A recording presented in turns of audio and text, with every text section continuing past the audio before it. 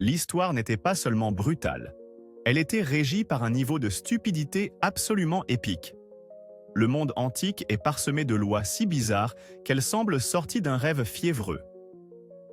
Nous parlons de moustaches légalement obligatoires, de meurtre pour avoir raconté une bonne blague et de la peine de mort pour la contrebande de figues.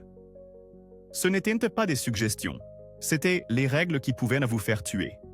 Explorons l'asile juridique de nos ancêtres. 1. Dans l'ancienne cité grecque de Locre, la participation politique s'accompagnait d'un accessoire aux enjeux inhabituellement élevés, un nœud coulant.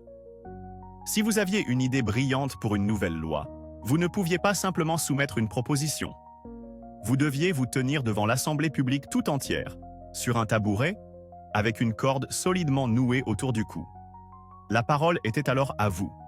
Si votre discours était persuasif et que les citoyens votaient en votre faveur, la corde était cérémonieusement retirée et vous deveniez un réformateur célébré. Cependant, si votre proposition était jugée idiote et rejetée par le vote, un officiel se contentait de retirer le tabouret de sous vos pieds. C'est une manière brutalement efficace de filtrer les mauvaises idées, en s'assurant que seuls les individus les plus confiants ou les plus insensés osaient jamais suggérer un changement. Cela rend les débats politiques modernes positivement sages en comparaison. 2. Dans notre monde, un comédien qui tue sur scène est un immense succès. Dans certaines cités de la Grèce antique, cela pouvait faire de vous un tueur au sens littéral. Le concept de mourir de rire n'était pas juste une métaphore colorée, c'était une base potentielle pour une accusation d'homicide. Si vous racontiez une blague si incroyablement drôle qu'un membre du public en mourait d'une crise cardiaque, vous pouviez être traîné devant un tribunal et jugé pour meurtre. Imaginez la procédure judiciaire. Comment peut-on même plaider une telle cause? Votre honneur, la chute de l'accusé a été livrée avec un mépris total pour la sécurité publique. Cela met une pression insensée sur quiconque essaie d'être drôle. Il fallait constamment jauger son public.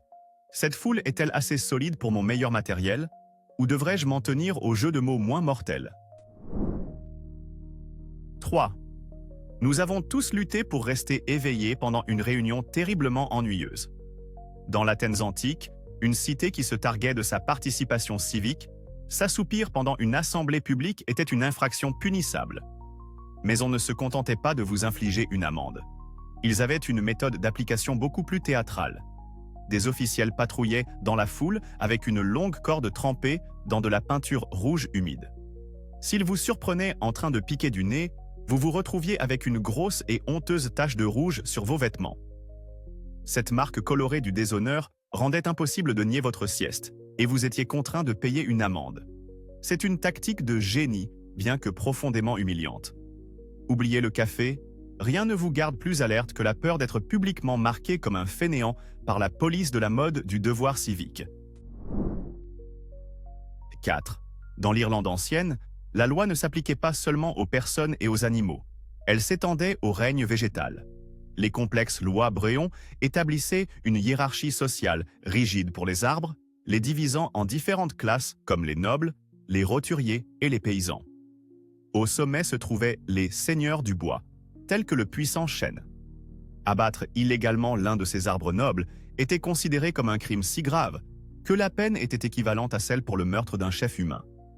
Endommager un arbre roturier, de moindre importance, pouvait ne vous coûter que quelques vaches. Cela signifiait qu'avant de défricher un lopin de terre, il fallait être un botaniste qualifié, capable de distinguer un arbre socialement important d'un arbuste sans valeur. C'était un système juridique où la vie d'une plante pouvait véritablement valoir plus que la vie d'un homme. 5. Dans l'Empire romain, la mode ne consistait pas seulement à avoir une belle apparence. Il s'agissait de connaître sa place, et la loi s'assurait que vous ne l'oubliez jamais. La couleur la plus prestigieuse était le pourpre de Tyr, une teinture si scandaleusement chère qu'elle valait plus que son poids en or, car elle nécessitait le broyage de dizaines de milliers d'escargots de mer rares pour être produite. Par conséquent, le droit de la porter était impitoyablement contrôlé. La loi romaine stipulait explicitement que seul l'empereur pouvait porter une toge entièrement pourpre. Quiconque était surpris portant une tenue entièrement pourpre commettait un acte de trahison. Les sénateurs étaient autorisés à porter une bande pourpre sur leur toge blanche en guise de modeste reconnaissance de leur statut, mais c'était tout. C'était la forme ultime de contrôle de la mode imposée par l'État. Une manière de dire « Je suis la personne la plus importante ici, et ma garde-robe le prouve ». 6.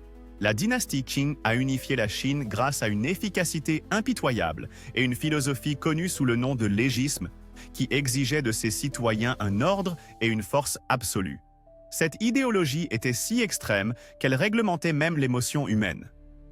Pleurer était officiellement considéré comme un acte de faiblesse, menaçant la stabilité de l'État. Et pour les hommes, c'était strictement illégal. La punition n'était pas une amende ou une peine de prison, mais une humiliation profondément personnelle et sociale. Tout homme surpris en train de verser des larmes se voyait raser de force la barbe et les sourcils par des officiels. Dans une société où la pilosité faciale était un symbole de masculinité, d'honneur et de maturité, c'était une sentence dévastatrice. Cela dépouillait un homme de son identité et le marquait publiquement comme un échec, un panneau publicitaire ambulant pour le message de l'État. Contrôlez vos sentiments ou nous le ferons. 7. Pour l'armée romaine, un soldat était un investissement, un bien précieux de l'État entraîné à grands frais. Ainsi, vous n'aviez pas le droit d'endommager ou de détruire ce bien, même s'il s'agissait de votre propre corps. Alors que le suicide pour les citoyens ordinaires était une question complexe, pour un soldat, c'était un crime absolu. Tenter de vous ôter la vie était traité comme la forme ultime de désertion, une trahison de votre devoir envers l'Empire. Si vous échouiez dans votre tentative, vous pouviez être exécuté pour ce crime. La seule voie légale était de soumettre une demande formelle au Sénat pour obtenir la permission de mourir, un processus bureaucratique qui n'était presque jamais approuvé. Votre vie ne vous appartenait tout simplement pas pour y mettre fin. Elle appartenait à Rome, jusqu'à ce que Rome décide qu'elle en avait fini avec vous. 8. Sous le Yassa, le code de loi secret établi par Gengis Khan, les Mongols avaient un profond respect spirituel pour le monde naturel. Ils croyaient que les éléments essentiels comme l'eau et le feu étaient sacrés et purs, et les contaminer était l'un des crimes les plus odieux imaginables. Cette croyance a conduit à des lois incroyablement spécifiques et sévères. Par exemple, il était interdit d'uriner dans une rivière, un lac ou toute autre source d'eau courante. Le faire dans les cendres d'un feu était également un crime capital. Il ne s'agissait pas d'hygiène, il s'agissait d'offenser les esprits. La punition pour un tel acte de profanation n'était pas un avertissement ou une amende. C'était la mort instantanée, sans procès ni appel.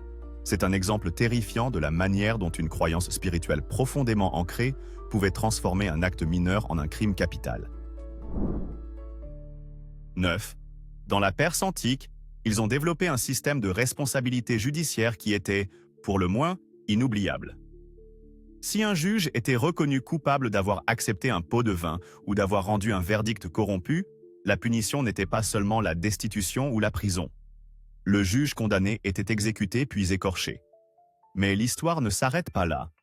Sa peau était ensuite tannée et utilisée pour tapisser le fauteuil judiciaire, même dans lequel son successeur s'assiérait. Chaque jour, le nouveau juge serait littéralement assis sur les conséquences de la corruption de son prédécesseur.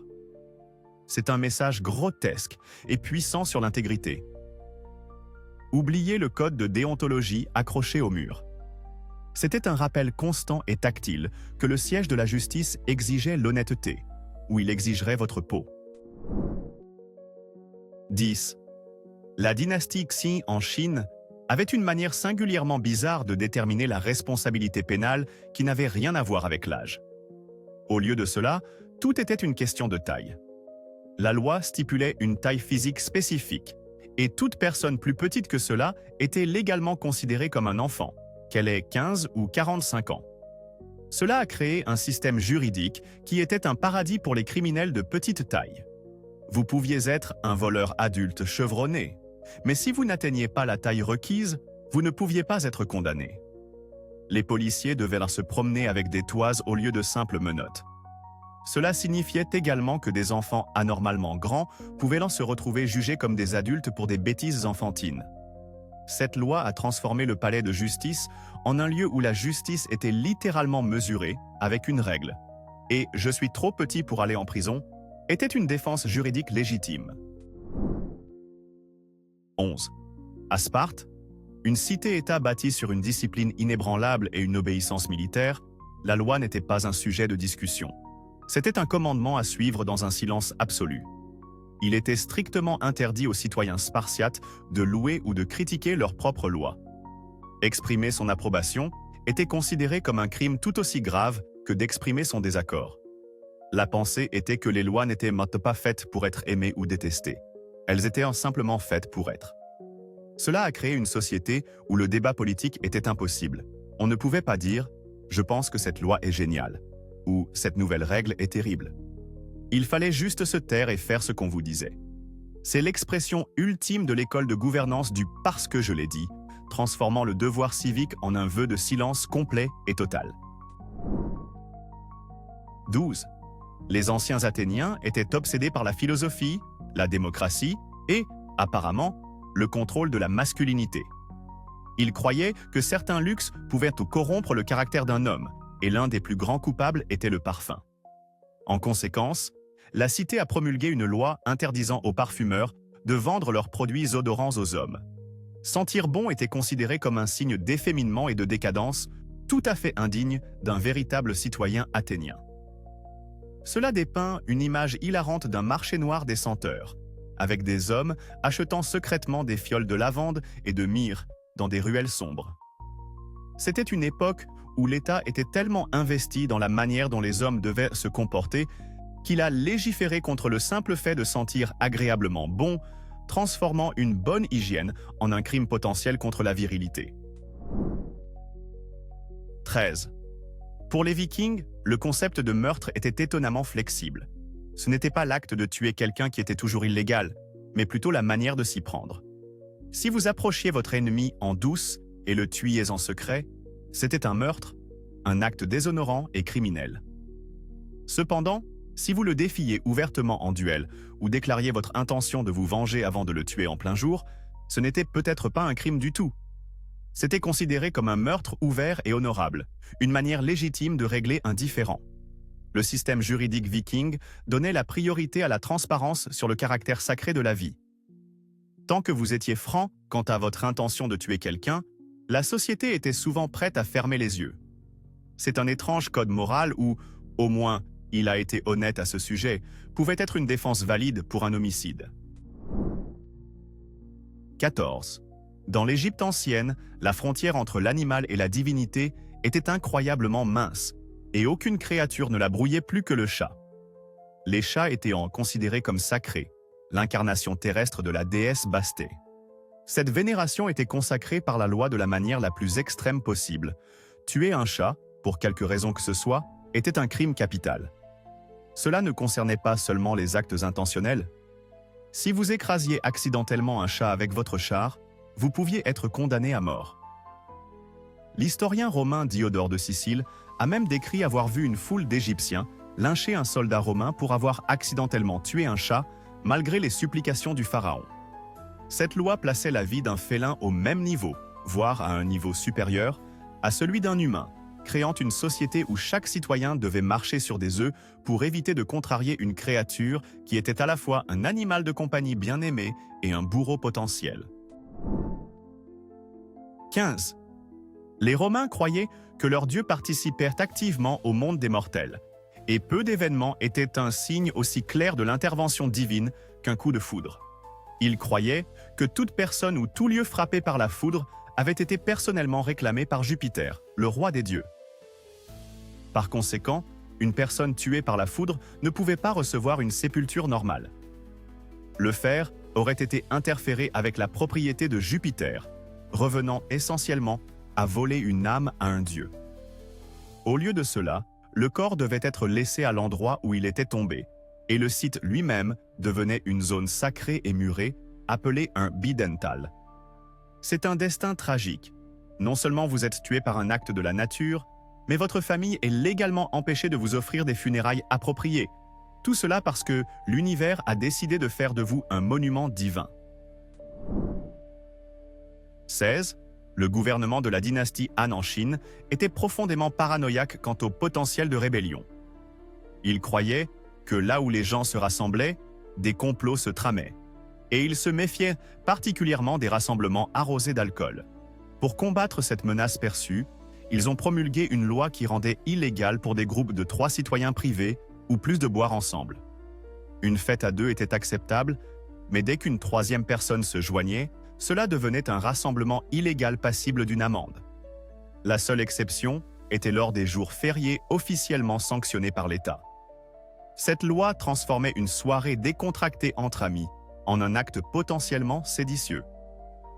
Cela a dû créer une dynamique sociale incroyablement gênante, forçant les gens à choisir leurs compagnons de boisson très soigneusement. 17.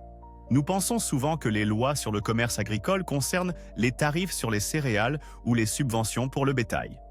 Dans l'Athènes antique, cependant, ils étaient mortellement sérieux à propos des figues. Les figues de l'Attique, cultivées dans la région autour d'Athènes, étaient considérées comme les meilleures du monde, une source d'immense fierté civique et une marchandise commerciale de valeur. Elles étaient si prisées, en fait, que le gouvernement athénien a fait de leur exportation illégale un crime capital. Si vous étiez surpris en train de faire passer en contrebande les figues de la meilleure qualité hors de l'Attique, vous pouviez être mis à mort. Il y avait même une classe spéciale de fonctionnaires, connue sous le nom de sycophantes, dont le travail initial était de dénoncer ces contrebandiers de figues illégaux. Imaginez expliquer cela à quelqu'un. Mon ami a été exécuté la semaine dernière. Son crime ? Il était le cerveau d'un réseau international de trafic de figues. C'est une loi qui montre comment la fierté d'un produit local peut dégénérer à un niveau vraiment insensé. 18. Le système juridique de la Babylone antique, en particulier sous le code d'Hammurabi, sautait parfois toute la partie preuve et procès, pour passer directement à l'intervention divine. Pour le crime de sorcellerie, la méthode pour déterminer la culpabilité s'appelait l'épreuve par le fleuve. L'accusé était simplement jeté dans un fleuve sacré. La logique était d'une simplicité trompeuse. Si l'accusé était innocent, le dieu du fleuve le reconnaîtrait et lui permettrait de flotter en sécurité. S'il était coupable, le dieu du fleuve le réclamerait et il coulerait et se noierait. Ce processus faisait de la capacité à nager une preuve légale d'innocence. La décision du tribunal était sous-traitée au courant, transformant une procédure judiciaire de vie ou de mort en un test de natation haut risque où le seul juge était le fleuve lui-même. 19. Les Jeux olympiques de l'Antiquité étaient un festival sacré, mais la liste des invités avait une règle très stricte. Aucune femme mariée n'était autorisée. Pour une femme mariée, le simple fait d'assister aux Jeux en tant que spectatrice était un crime si grave que la punition était d'être jetée du rocher Typaïon. La raison est débattue par les historiens. Cela pourrait être dû au fait que les athlètes concouraient nus ou pour des raisons religieuses profondes, mais la loi était absolue. La seule exception était la prêtresse de Déméter, qui avait une place d'honneur. Cela créait un scénario bizarre, où des milliers d'hommes et de femmes non mariés pouvaient profiter du summum de l'exploit athlétique, tandis que les femmes mariées faisaient face à une horrible condamnation à mort juste pour avoir jeté un coup d'œil. C'est un niveau d'exclusion basé sur le genre qui est aussi brutal que déconcertant. 20. Le droit romain du mariage était profondément enraciné dans le concept de propriété. Et un mari pouvait, avec le temps, acquérir la propriété légale de sa femme comme si elle était un meuble. Cependant, il existait une échappatoire étrange et spécifique conçue pour empêcher cela. Le trinoctium. Une loi des 12 tables stipulait que pour qu'un mariage reste dans un état où la femme conservait son indépendance juridique et le contrôle de ses propres biens, elle devait s'absenter de la maison de son mari pendant 3 nuits consécutives chaque année. En rompant physiquement la continuité de la cohabitation, elle interrompait le processus juridique de acquisition. C'était essentiellement un voyage entre filles, annuel et obligatoire inscrit dans la loi, un mécanisme juridique qui forçait les couples à prendre une courte pause pour empêcher la femme de devenir littéralement la possession de son mari. 21. Les pères romains, en vertu de la loi de la patria potestas, ou le pouvoir du père, détenaient une autorité absolue de vie et de mort sur leurs enfants, quel que soit leur âge. Ce pouvoir était si étendu qu'il incluait le droit de vendre leurs propres fils en esclavage. Cependant, la loi avait une limitation particulière. Un père pouvait vendre son fils, mais si le fils parvenait à obtenir sa liberté ou était revendu, les droits du père étaient restaurés. Il pouvait alors le vendre une deuxième fois. Si le fils revenait encore une fois, le père pouvait le vendre une troisième et dernière fois. Mais après la troisième vente, le pouvoir du père était finalement brisé et le fils était légalement libre de son contrôle. C'est une règle presque comique qui dit essentiellement « Bon, tu as essayé de te débarrasser de lui 3 fois. Il est peut-être temps de le laisser partir. » 22. Dans l'Égypte ancienne, la profession médicale s'accompagnait d'un niveau de pression presque inimaginable. Les médecins devaient suivre un ensemble de traitements prescrits, consignés dans des textes anciens et sacrés. Tant qu'un médecin suivait ces procédures établies à la lettre, il était légalement protégé, même si le patient mourait. Cependant, si un médecin décidait de s'écarter du script et d'essayer un traitement innovant ou expérimental, il prenait un risque énorme. Si le patient survivait, le médecin était salué comme un génie. Mais si le patient mourait après ce traitement non standard, le médecin pouvait être accusé de meurtre et exécuté. Ce système créait une énorme dissuasion à l'innovation médicale, disant essentiellement aux médecins « Tenez-vous-en à ce que dit le livre, même si vous savez que ça ne marche pas, parce que votre vie en dépend. »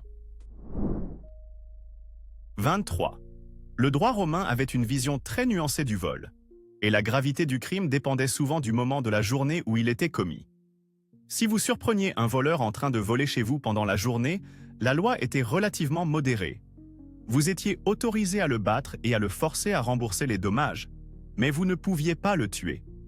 Cependant, si vous surpreniez ce même voleur dans votre maison la nuit, les règles changeaient complètement. La loi vous permettait de tuer l'intrus nocturne sur le champ, sans aucune répercussion légale. La logique était qu'un voleur sous le couvert de l'obscurité représentait une menace plus grande et plus directe. Cela créait une étrange réalité juridique où la vie ou la mort d'un criminel pouvait être entièrement déterminée par la position du soleil. 24. Les funérailles romaines étaient des affaires élaborées et émotionnelles. Mais avec le temps, les démonstrations de chagrin devinrent si théâtrales que l'État dut intervenir. Les familles riches engageaient des pleureuses professionnelles, connues sous le nom de « pleurantes », pour gémir, crier, s'arracher les cheveux et se griffer le visage afin de démontrer le chagrin et la richesse de la famille. La pratique est devenue si incontrôlable que les autorités ont adopté une loi interdisant spécifiquement les lamentations excessives et prohibant aux femmes de se griffer les joues en signe de deuil. Le but était de freiner ces étalages ostentatoires de faux chagrins qui transformaient des occasions sombres en performances compétitives. C'est un cas rare où un gouvernement doit légiférer contre des gens qui sont excessivement dramatiques à des funérailles, disant essentiellement à ses citoyens de calmer le jeu avec les larmes. 25. Le concept romain de patria potestas donnait au père, ou pater familias, une autorité terrifiante sur son foyer, et ce pouvoir atteignait son apogée en matière d'honneur. Sous les lois de l'empereur Auguste, un père qui découvrait sa fille en flagrant délit d'adultère dans sa propre maison était légalement en droit de la tuer, elle et son amant, sur le champ. Cela n'était pas considéré comme un meurtre, c'était un acte justifiable pour faire respecter l'honneur de la famille. Fait intéressant, la loi était légèrement moins clémente avec le mari, qui était autorisé à tuer l'amant mais pas sa femme adultère. Cela créait un double standard juridique glaçant où la rage d'un père recevait un permis de tuer que même celui d'un mari n'avait pas. C'était une loi brutale qui plaçait la vie d'une fille entièrement entre les mains du tempérament de son père. 26. L'île grecque de Délos était considérée comme l'un des lieux les plus saints de tout le monde hellénique, supposé être le lieu de naissance des dieux Apollon et Artémis. Elle était jugée si sacrée que la terre elle-même ne pouvait être souillée par les affaires mortelles de la naissance et de la mort. Au VIe siècle avant J.C., les Athéniens, qui contrôlaient en l'île, ont adopté un décret pour sa purification. Toutes les tombes furent exhumées et les restes déplacés vers une île voisine. À partir de ce moment, il fut strictement illégal pour quiconque de mourir ou de naître sur Délos. Les femmes enceintes et les malades en phase terminale étaient transportées de force hors de l'île pour s'assurer que son sol sacré reste intact. Cela a fait de Délos un lieu unique au monde, un centre religieux et commercial majeur où les deux événements les plus fondamentaux de l'existence humaine étaient légalement interdits. 27. La société spartiate était une machine conçue pour produire le soldat parfait, et chaque aspect de la vie, jusqu'à la pilosité faciale, était réglementé pour servir cet objectif. Alors que la plupart des hommes grecs de l'époque portaient une barbe complète, la loi spartiate dictait que ces guerriers devaient se raser tout le visage, à l'exception de la lèvre supérieure. La moustache était obligatoire. Le raisonnement, selon les Spartiates eux-mêmes, était que c'était la forme de pilosité faciale la plus intimidante, rendant un guerrier plus redoutable au combat. Elle servait également de marque d'un véritable citoyen spartiate, les distinguant des esclaves et des étrangers. Cela signifiait que pour un homme spartiate, une lèvre supérieure rasée de près n'était pas une question de style personnel. C'était un acte illégal de défiance contre les normes de toilettage très spécifiques et légèrement bizarres de l'État. 28. Dans la plupart des systèmes juridiques modernes, le principe de présomption d'innocence est une pierre angulaire de la justice. L'Égypte ancienne, cependant, fonctionnait souvent sur la prémisse totalement opposée. Coupable jusqu'à preuve du contraire. Lorsqu'une personne était accusée d'un crime, la charge de la preuve lui incombait entièrement de démontrer son innocence. Le tribunal supposait simplement que l'accusation était vraie, et c'était au défendeur de fournir des preuves accablantes du contraire. Cela plaçait l'accusé dans une situation de désavantage massif, car il devait activement réfuter une affirmation plutôt que de voir l'accusateur devoir la prouver. Cela a renversé tout le système judiciaire, rendant une accusation presque aussi puissante qu'une condamnation et forçant les citoyens à vivre dans un monde où il n'était toujours qu'à une affirmation non étayée de devoir prouver leur droit à la liberté.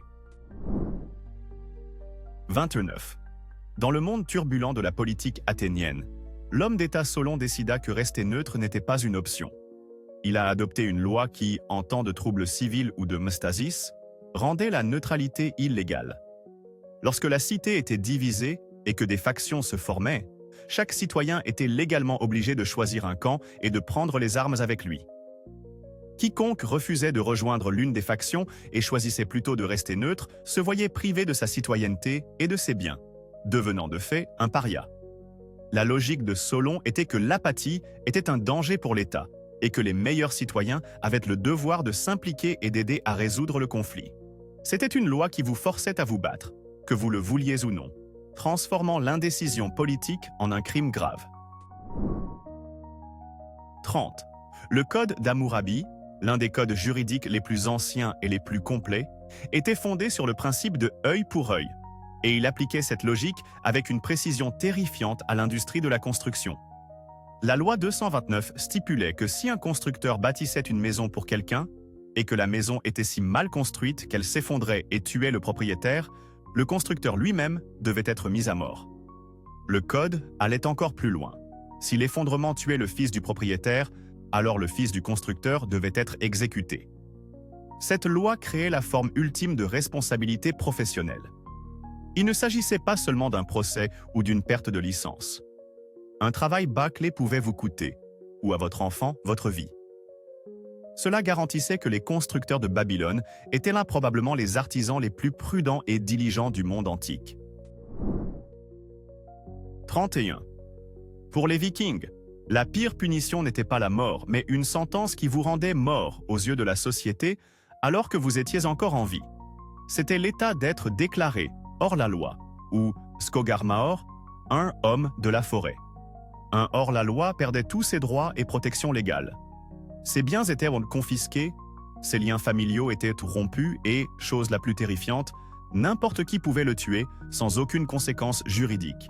En fait, tuer un hors-la-loi était souvent considéré comme un service public. Ils étaient forcés de fuir dans la nature, chassés par d'anciens amis et voisins. Cette sentence était une manière d'effacer quelqu'un de l'existence sans que les autorités aient à lever le petit doigt, transformant toute la population en bourreau potentiel et faisant du monde une prison sans mur. 32. L'empereur byzantin. Léon VI, connu sous le nom de Léon le Sage, était un souverain chrétien dévot qui voyait le péché se cacher dans les endroits les plus inattendus, y compris les jeux de société. Il est devenu convaincu que le jeu populaire du backgammon, ou tavli, était un passe-temps diabolique et impie. Il croyait que le caractère aléatoire des dés encourageait le blasphème, le jeu et une dérive générale vers un comportement immoral. Il l'a donc entièrement interdit. Les citoyens de l'Empire byzantin, surpris en train de jouer à ce jeu apparemment inoffensif, encoururent des peines sévères, notamment la flagellation publique et la tonsure. C'était une croisade bizarre contre un jeu de société, une tentative de l'État de légiférer sur le plaisir et la moralité en déclarant la guerre aux dés et aux pions, considérant un simple passe-temps comme une porte d'entrée vers la damnation éternelle. 33. L'ancienne civilisation hittite, connue pour son code juridique remarquablement détaillé, avait une approche très pratique et spécifique de la justice, en particulier en ce qui concerne l'agriculture. Leurs lois sur le vol démontraient une fine compréhension de la valeur. Par exemple, voler une ruche était un crime, mais la peine dépendait entièrement d'un facteur crucial. Les abeilles étaient-elles à la maison? Si vous voliez une ruche vide, l'amende était relativement mineure, juste quelques cycles d'argent. Cependant, si vous voliez une ruche pleine d'abeilles, le crime était bien plus grave et l'amende était considérablement plus élevée. Il ne s'agissait pas de la valeur de la boîte en bois. Il s'agissait du moteur économique qu'elle contenait, la colonie d'abeilles elle-même. C'est une pièce de législation merveilleusement pragmatique qui montre une société profondément en phase avec la source de sa richesse, un système juridique qui comprenait que la vraie valeur ne résidait pas dans le contenant, mais dans les minuscules travailleuses bourdonnantes à l'intérieur. Voilà donc 33 preuves que les législateurs de l'Antiquité étaient souvent complètement fous. Mais nous savons que la réserve d'absurdité de l'histoire est sans fond. Alors, quelle est l'omission impardonnable? Quelle loi antique monumentalement stupide avons-nous complètement oublié de mentionner? Allez-y, prouvez que notre recherche était incomplète dans les commentaires ci-dessous. Pendant que vous y êtes, condamnez le bouton « J'aime » à un clic et abonnez-vous pour plus de folie historique.